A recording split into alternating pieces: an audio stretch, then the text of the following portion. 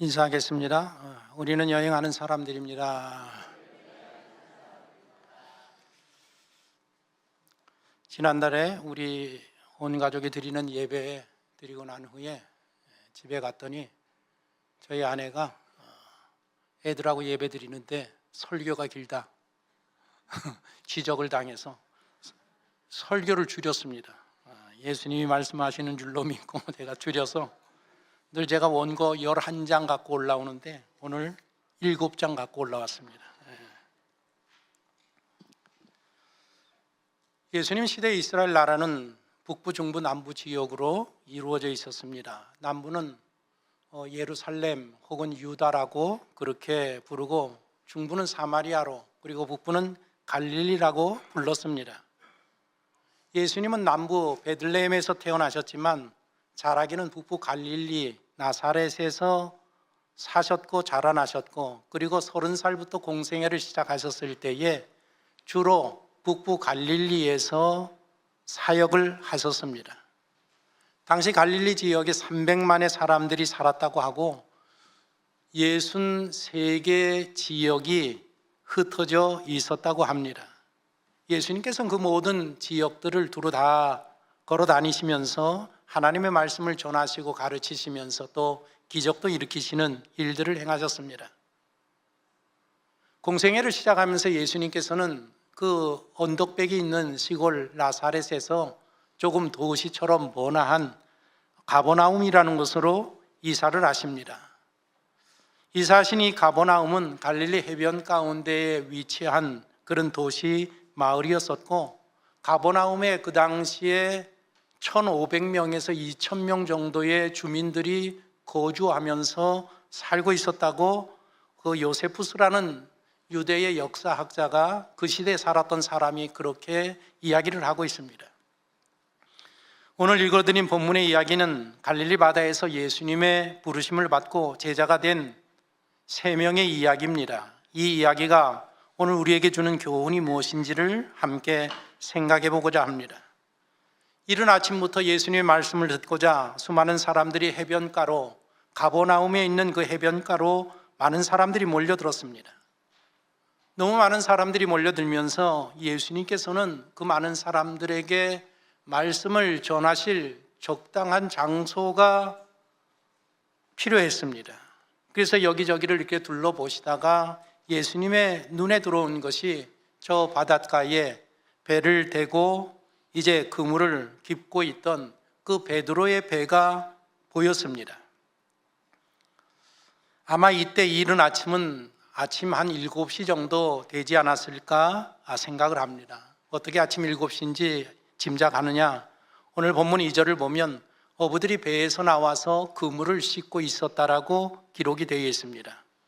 멘델 눈이라는 그 유명한 갈릴리 바다에 대해서 이분인데, 이 눈이라는 이분 학자가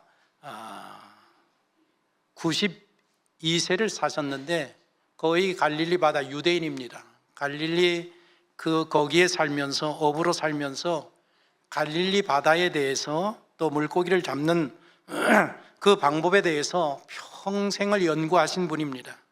그래서 갈릴리 바다에 대해서는 최고의 전문가이십니다. 고대 유대인의 낚시라는 책을 써서 상을 받기도 했고 또 거기에 대해서 논문으로 발표하기도 하셨습니다. 이분이 쓴 이 논문이 예수님 시대에 어부들이 어떻게 갈릴리에서 생활했는지, 어떻게 고기를 잡았는지에 대해서 자세하게 우리들에게 설명해 주고 있습니다.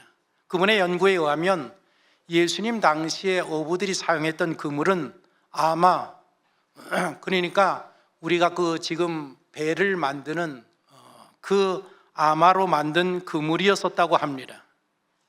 그 당시에 아마로 사람들이 실을 뽑아서 세마포로 옷을 만들어 입었고, 성소의 휘장도 아마라는 이 재료를 통해서 만들어진 천이었었습니다. 그 당시에 사용하였던 그물이 아마실로 만들었기 때문에 고기를 마친 후에는 반드시 빨리 그 그물을 씻고 말리는 일이 중요했습니다. 그렇게 하지 아니하면 그 그물이 쉽게 썩어지기 때문에 버릴 수밖에 없습니다. 그리고 당시 고기잡이는 밤에 이루어졌다라는 것입니다. 해가 뜨면 물고기들이 이 아마 배실로 만든 그 그물을 눈으로 보고 피해 다니기 때문에 아침, 점심에는 잡을 수 없고 해가 진 후에 이제 그물을 쳐서 잡을 수 있기 때문에 저녁에 나가서 고기를 잡았다고 합니다. 오늘날 사용하는 그 투명한 나일론으로 만든 그물들은 1950년대 중반에 나온 그런 그물들이었었습니다. 그러나 예수님 시대에는 이 암호로 만든 굵은 그런 그물을 사용했기 때문에 밤에 나가서 밤새 일하고 새벽에 돌아오는 그런 어부들이었었습니다. 2절에 베드로와 동료들이 배에서 배를 무태대고 그물을 씻고 있었다. 그리고 그 일을 막 마칠 때였다라고 기록하기 때문에 시간적으로 제가 계산을 해보니까 아마 아침 7시 정도 되지 않았을까 그런 생각을 해봅니다. 그렇게 이른 시간에 수많은 사람들이 하나님의 말씀을 듣기 위해서 해변가로 몰려들었다라는 것입니다. 지난주일 설교하면서 제가 우리나라에서도 70년대, 80년대 붕사 시대에 신앙들이 가장 좋았던 시대가 그때였었다라는 이야기를 들려드렸습니다. 그때는 부흥회를 한 주 동안 했었는데 한 주 부흥회를 하면 교회 모든 성도들이 새벽에 나오고 아침에 나오고 점심에 나오고 저녁에 나오고 직장 휴가를 내기도 하고 하면서 정말 그 모든 집회에 열심히 참석했던 그런 시대를 살았습니다. 그 시대에 새벽에 얼마나 많은 사람들이 모든 것들을 제쳐주고 하나님의 말씀을 듣기 위해서 교회에 몰려들었는지 알 수 없습니다. 예수님께서 사역하던 시대에도 사람들이 그렇게 열심을 가지고 신앙생활을 하고 있었습니다. 그때 사는 게 얼마나 힘들었느냐. 로마의 지배를 받으면서 세금을 많이 내야 되고 로마에 항거하면 그대로 잡혀가서 십자가에 처형을 당하는 그런 비참한 인생, 정말 모든 면에 어려운 시대였었기 때문에 그 시대에 누구보다도 성경에 예언된 메시아가 빨리 이 땅에 오셔서 빨리 이 나라를 회복하고 빨리 이 나라를 살기 좋은 나라로 만들어주기를 간절히 고대하는 마음이 있었기 때문에 모든 이스라엘 백성들이 그 어느 때보다도 하나님의 말씀에 열심을 내던 그런 시대였었다라는 것입니다. 우리가 이런 역사적, 문화적, 사회적인 배경을 알면 오늘 이 성경에서 말하는 내용들을 더 분명하게 이해하게 됩니다. 이른 아침부터 말씀을 사모하는 수많은 사람들이 해변가로 몰려들었습니다. 말씀을 전할 마땅한 곳을 둘러보시던 예수님께서 그물 씻기를 막 끝내고 정리하고 있는 베드로를 보게 되고 그 베드로의 배에 오르시게 됩니다. 오늘 성경을 보면 우리는 이날 처음으로 베드로, 야고보, 요한이 제자로 부름받은 것으로 생각을 합니다. 그러나 그들이 예수님 앞에 부름받은 것은 이날이 아닙니다. 벌써 예수님을 알고 있었고 예수님을 따라다니던 사람들이었었습니다. 그들이 처음 예수님을 만난 곳은 세례 요한이 세례를 주던 요단강 근처였었습니다. 예수님께서 세례를 받으시고 광야로 가서 40일 금식 기도를 하시고 이제 돌아오셔서 공생애를 시작하십니다. 돌아오는 길에 세례를 받으셨던 요단강을 거쳐서 올라오셔야 되는데 그때 때마침 요한에게 하나님의 말씀을 듣기 위해서 내려왔던 이 베드로와 5명의 제자들을 거기서 처음으로 만나게 됩니다. 거기서 처음으로 만나서 예수님을 따르기 시작했고 그들과 함께 고향 이 갈릴리 지역으로 올라오시고 예수님은 사역을 시작하셨습니다. 그 당시에 이 제자들은 평소에는 자기 이 어부로서의 일을 했고 시간이 날 때마다 예수님을 찾아뵙고 하나님의 말씀을 듣고 전도도 같이 다니는 그런 생활을 하고 있을 때였었습니다. 그러니까 오늘 이 장면은 이들이 예수님을 처음 만난 것은 아니라는 것입니다. 그런 서로 알고 있는 사이였기 때문에 예수님께서는 스스럼없이 베드로의 배에 오르셨고 베드로에게 배를 좀 띄워달라고 청하실 수 있었습니다. 베드로의 배에 오르신 예수님께서 해변가에 있는 모든 사람들에게 말씀을 전하십니다. 요즘 보통 어디 가서 세미나 강의를 하면 90분 강의를 하게 됩니다. 90분 강의를 하니까 아마도 이른 아침이니까 예수님께서 오래 하시진 않았을 거고 90분에서 한 120분 정도 길게 그렇게 말씀을 전하시지 않았을까라고 생각을 합니다. 그렇게 주님께서 이른 아침에 말씀을 마치시고 말씀 전하기를 마치시고 사람들은 하나님의 말씀을 듣고 집으로 저마다 돌아갑니다. 바로 그때 예수님께서 베드로를 향해서 몸을 돌리시면서 베드로에게 말씀하십니다. 자, 깊은 데로 가서 그물을 내려서 고기를 잡자. 갈릴리 바다에는 40여 종의 많은 물고기들이 있는데 그 고기들이 가장 많이 잡히는 계절이 비가 내리는 우기인 겨울이라고 합니다. 아마 이렇게 많은 고기가 잡힌 것을 보면 이때가 우기, 겨울철이 아니었었던가 우리는 그렇게 생각하게 됩니다. 그리고 예수님의 모든 생애의 일정들을 쭉 살펴보면 그 말이 거의 신빙성이 있습니다. 말씀을 마치신 예수님께서 갑자기 깊은 데로 가서 그물을 내려 고기를 잡으라고 말씀을 지금 베드로에게 하시는데 베드로의 입장에서 한번 여러분들 생각을 해보십시오. 베드로의 그 마음이 어떠했을까? 우기철이라고 겨울철이었었다고 하면 지난밤에 추운 날씨에 비를 쫄딱 맞으면서 밤새도록 그물을 내리고 건지고 하면서 고기를 잡지 못하고 돌아왔습니다. 얼마나 허탈하겠습니까? 오늘날 어부들은 장비들이 좋습니다.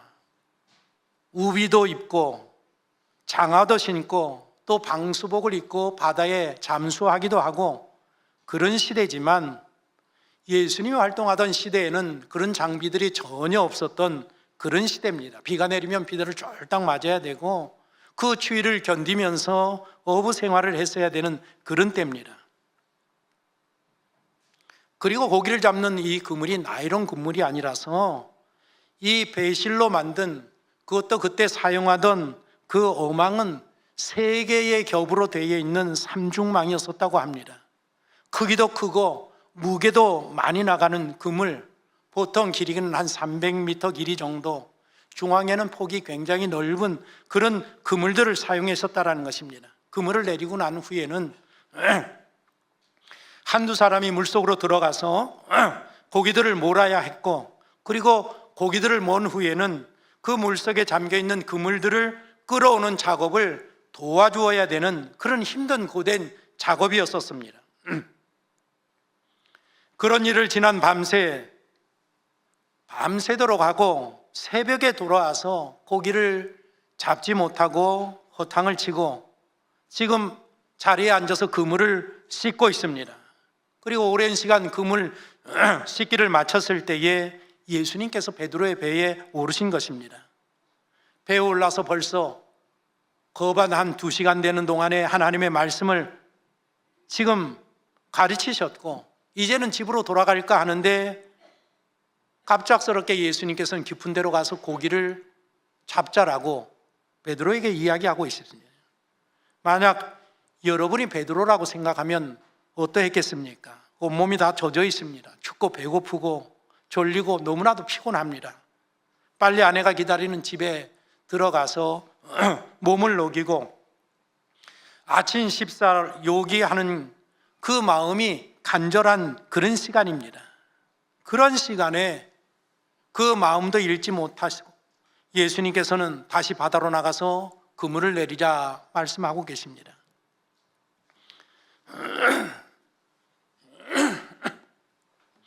베드로는 평생 갈릴리에서 어부 노릇하는 그런 사람입니다. 지금 바다로 나가도 이 아침에 물고기들이 그 그물을 보고 피해 다니는 시간이기 때문에 이거 그물을 내려도 소용이 없는 일이라는 것을 베드로는 너무 잘 알고 있습니다. 그런데 그것도 모르고 예수님께서는 깊은 데로 가서 물고기를 잡자라고 말씀을 하십니다. 그런데 거절할 입장도 되지 못합니다. 이미 예수님을 랍비로 생각하고 시간 날 때마다 쫓아다니면서 가르침을 받기도 하였고, 그리고 오늘 이 아침에 예수님이 전하시는 말씀을 들으면서 많은 은혜를 받은 차이기 때문에 거절할 입장이 되지 못했습니다. 그래서 할 수 없이 베드로는 억지로 예수님의 말씀에 순종을 합니다. 오늘 본문 5절 말씀을 보십시오. 같이 한번 읽어보겠습니까? 시몬이 대답하여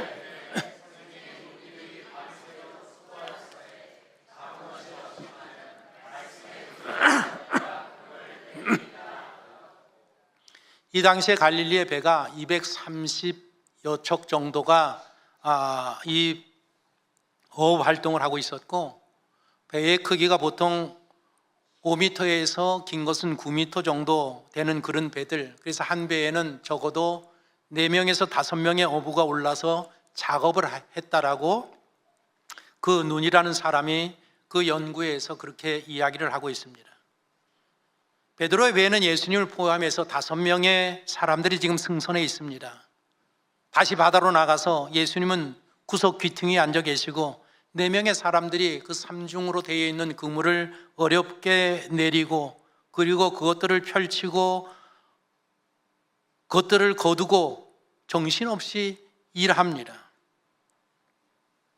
그 일을 하면서 베드로는 몰라도 그와 함께 있던 동료들은 얼마나 그 예수님을 향해서 불평하는 마음이 있었겠습니까? 이 사람이 우리들의 마음도 모르고 아무것도 모르고 헛일을 지금 우리들에게 시킨다. 그래서 얼마나 그들의 입이 나와 있었겠습니까? 마침내 모든 일을 마치고 그물을 올리기 시작합니다. 그런데 그물이 올라오지 않습니다.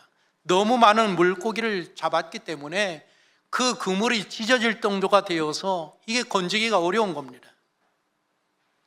베드로가 배에서 손짓 발짓을 하면서 저 무태에 있는 야고보와 요한에게 도움의 손길을 보냅니다. 그들이 배를 갖고 도로 다가옵니다. 얼마나 많은 고기가 잡혔는지 2배에 가득 찼다고 했습니다. 계산을 해보면 대략 잡은 고기가 700에서 800kg 정도 잡은 것으로 계산을 합니다. 어느 정도 양인가? 베드로가 나가서 2주일 꼬박 잡아야 잡을 수 있는 고기를 단번에 잡았단 말입니다. 가득 잡힌 물고기를 보면서 그것을 어렵게 배 위로, 2배 위로 올린 후에 베드로가 예수님 무릎 아래 엎드려 고백합니다. 뭐라고 이야기하는가 하면, 주여 나를 떠나소서, 나는 죄인으로소이다. 오늘 본문 9절을 보면 베드로와 함께 일했던 동료들과 그리고 다른 배 야고보와 요한, 그 모든 사람들이 너무 많이 잡힌 이 물고기를 보고 놀랐다고 했습니다. 제가 설교를 준비하면서 원어 헬라어 성경을 찾아보니까 놀랐다라는 이 단어의 정확한 의미가 무엇인가 하면 망연자실이라고 그렇게 써 있었습니다. 망연자실이 무엇입니까? 어떤 일을 당할 때에 너무 황당하여서 어찌할 줄을 몰라서 정신이 나간 몽한 상태로 있는 것을 망연자실이라고 합니다. 베드로를 비롯한 모든 어부들이 너무 많이 잡힌 고기를 보면서 너무 황당하고 너무 놀랍고 정신이 나가서 멍한 상태로 그것을 바라보고 있었다라는 것입니다. 여기 베드로가 놀라워서 예수님 앞에 바로 무릎을 꿇으면서, 주님 나를 떠나십시오. 나는 당신이 상대할 만한 그런 사람이 아닙니다. 나는 죄인입니다라고 고백을 하고 있습니다. 물론 베드로가 엄청난 양의 고기를 잡힌 것을 보고서는 너무 놀라기도 했겠지만, 근본적으로 베드로가 놀라고 있는 이유는 고기 때문이 아니라 예수님 때문이었었다라는 것입니다. 예수님을 다르게 보기 시작했습니다. 이분이 누구시냐? 저 바다 밑에 있는 모든 물고기들을 다 불러 모으시고 그 물고기의 눈을 멀게 하시고 그것들이 다 그물에 걸려들게 하시는, 만물을 다스리시는, 모든 피조 세계를 다스리시는 그런 하나님으로 보였단 말입니다. 그것을 느끼면서, 그것을 깨달으면서 어찌 당신이 저와 같은 사람을 상대할 수 있겠습니까? 나는 죄인입니다. 내가 어찌 감히 당신 앞에 설 수 있겠습니까? 그런 마음을 가지고 그 앞에 엎드려서 하는 말이 주여 나를 떠나소서 나는 죄인입니다. 그 말씀을 들으신 예수님께서 뭐라고 말씀하시느냐? 무서워하지 말라. 이제후로는 내가 사람을 취하리라. 지금 이 모든 일들이 배 안에서 이루어지고 있는 일입니다. 무서워하지 말라. 이제 후로는 내가 사람을 취하리라. 바로 이날 베드로의 인생이 바뀝니다. 야고보와 요한의 인생이 바뀝니다. 평생 직업이었던 그 어부 생활을 정리하는 마지막이 되었고 마지막 날이 되었고 예수님의 제자로서 하나님의 복음 사명을 감당하는 사람으로서의 본격적인 삶을 시작하는 첫날이 되었던 그런 날이라는 것입니다. 여러분은 이런 생각들 해보셨습니까? 왜 예수님께서는 수많은 사람들 가운데 그렇게 많이 배우지 못했던 그 어부들을, 갈릴리 어부들을 제자로 삼으셨을까? 예수님의 12 제자 중에 대부분의 사람들이 다 이 갈릴리 출신이었었고 어부들이었었습니다. 모두는 아니었지만 대부분의 제자들이 다 이 갈릴리 어부 출신들입니다. 왜 예수님께서는 더 많이 배우고 더 많은 재물을 가지고 있는 사람들을 제자로 부르시지 아니하고 이 가난한 어부들을 제자로 삼으셔서 복음 증거의 사명을 맡기셨을까? 오늘 이 본문을 여러분들 잘 연구해 보시고 배경들을 보면 그 당시에 갈릴리 어부로서의 생활이 얼마나 고된 생활이었는가를 여러분들이 조금은 이해할 수 있을 것입니다. 예수님께서 갈릴리 어부들을 제자로 삼으신 것은 우연한 일이 아니라는 것입니다. 그들은 어려서부터 어부로서 그 고된 삶을, 고된 훈련을 쭉 받으면서 그런 삶을 살아오면서 여기까지 이르렀던 그런 사람들입니다. 어쩌면 예수님의 제자가 되기 위해서는 그런 고된 훈련의 과정이 필요했었을지도 모르겠습니다. 예수님의 제자가 되어서 따르던 삶을 여러분들 한번 보십시오. 얼마나 고된 삶입니까? 오죽하면 예수님께서는 머리 둘 곳이 없다라고 말할 정도로 그 힘든 예수님을 따라다니면서 그런 삶을 똑같이 사는 사람들이 예수님의 제자들입니다. 어쩌면 이들이 제자로서의 사명을 감당하기 위해서는 사전에 그런 힘든 과정을 거쳐 준비되지 않았으면 어떻게 감당할 수 있었겠는가라고 우리가 한번 생각해 볼 수 있습니다. 오늘 주일을 맞이하여서 여러분들 예배드리러 나오셨습니다. 예배드리러 나오신 모든 분들을 정말 주님의 이름으로 환영하고 박수를 드립니다. 그런데 지난 한 주 얼마나 고되고 힘든 삶을 사셨습니까? 아마 많이 힘든 인생을 사시다가 주일날 오셨습니다. 얼마나 힘드셨으면 이 짧은 설교를 들으시면서도 정신없이 졸고 계시지 않습니까? 지금 그렇게 힘든 인생을 우리가 살다가 주일마다 주님 전에 찾아 나옵니다. 주님께 부름받은 베드로, 야고보, 요한도 늘 그런 삶을 살고 있었다라는 겁니다. 추운 겨울밤에 바다 위에 뛰어들고 밤새 비를 맞으면서 일해야 됐고 고기를 잡든지 못 잡든지 새벽에는 무트로 돌아와서 장시간 그물을 씻고 내일의 조업을 준비하는, 그리고 밤낮이 바뀐 그런 고단한 인생을 살고 있었습니다. 바로 그것이 어부의 삶이었었습니다.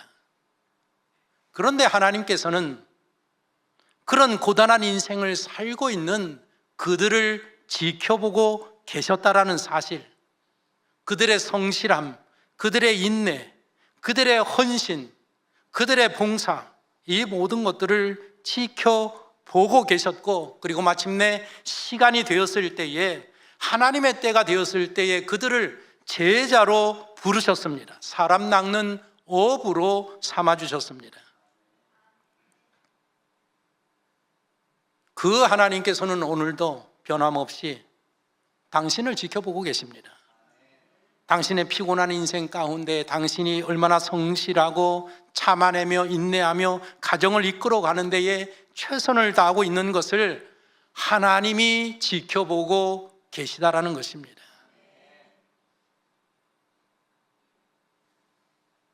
오늘 본문을 보니까 예수님은 베드로나 야고보나 요한이나 그들이 수고하는 모든 일에, 그들이 수고하는 모든 헌신의 봉사에 넉넉한 보상을 해주시는 것을 우리가 발견하게 됩니다. 아마 이 보상을 받기 전에 제자들은 이런 생각을 했을지도 모르겠습니다. 아무리 랍비라고 할지라도 그렇지 예의도 없고 배려도 없고 자기밖에 모르는 사람이구나. 우리가 지난밤에 얼마나 고되고 힘들게 일하고 왔는데 빨리 집에 돌아가서 쉬어야 되는데 그런데 이렇게 민폐를 끼칠 수 있을까? 아무리 랍비라고 해도 그렇지. 오늘 본문을 보십시오. 예수님은 단 한 번도 베드로와 제자들에게 excuse, 미안하다, 이거 좀 도와달라, 해달라 부탁하는 모습을 우리가 발견할 수 없습니다. 더욱 올라서 앉으셔서는 배를 띄워라, 바다로 나가자, 그물을 내려라, 명령조지 예수님께서 부탁하는 모습을 우리가 발견할 수가 없습니다. 그러나 예수님께서는 당신이 말씀을 다 마치시고 난 후에 그들이 수고한 것, 그들의 노고, 그들의 헌신 봉사에 대해서 넉넉하게 보상해 주고 계시다라는 사실입니다. 제가 앉아서 일당을 계산해 보았습니다. 만일 이들이 나가서 바다에서 2시간 정도 일했다고 생각하면 오늘날 일당으로 계산을 해가지고 제가 쳐서 계산을 해보았습니다. 그리고 그들이 건진 게 그 키로수로 따져가지고 쭉 계산을 해보니까 2주일 정도 일한 계산을 해보니까 그 비용이 어느 정도 되는가 하면 최소한 100배의 배상을 하신 것으로 제가 계산이 나왔습니다.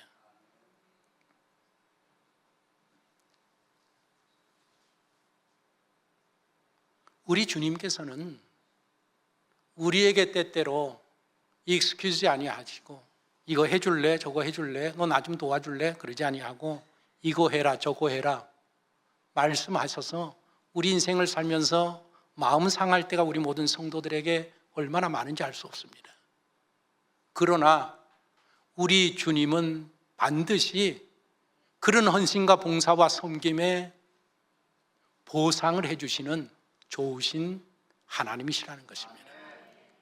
그것도 뭐 조금 하는 게 아니라 최소한 한 번에 100배로 돌려주시는 그런 좋으신 주님이라는 것을 우리가 본문을 통해서 깨닫게 되고, 그보다 더 기쁜 것은 이 일로 인해서 이 세 사람의 제자들의 삶이 완전히 바뀌었다는 것입니다.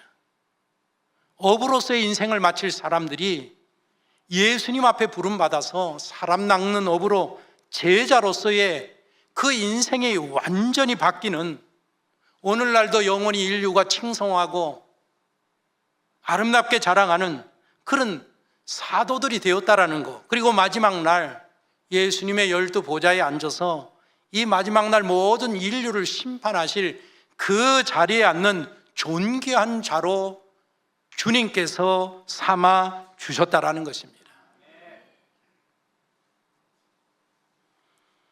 아마 오늘 예배를 드리고 집으로 돌아가시면 또 고달픈 인생을 사시게 될 겁니다. 한 주를 분주하게 사시게 될 겁니다.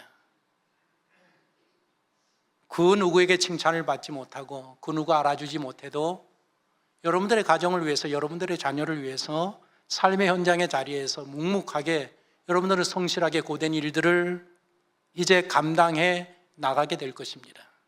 그러나 꼭 기억하십시오. 사람들은 몰라도 누구는 보고 계시느냐? 하나님은 나를 보고 계시다라는 것.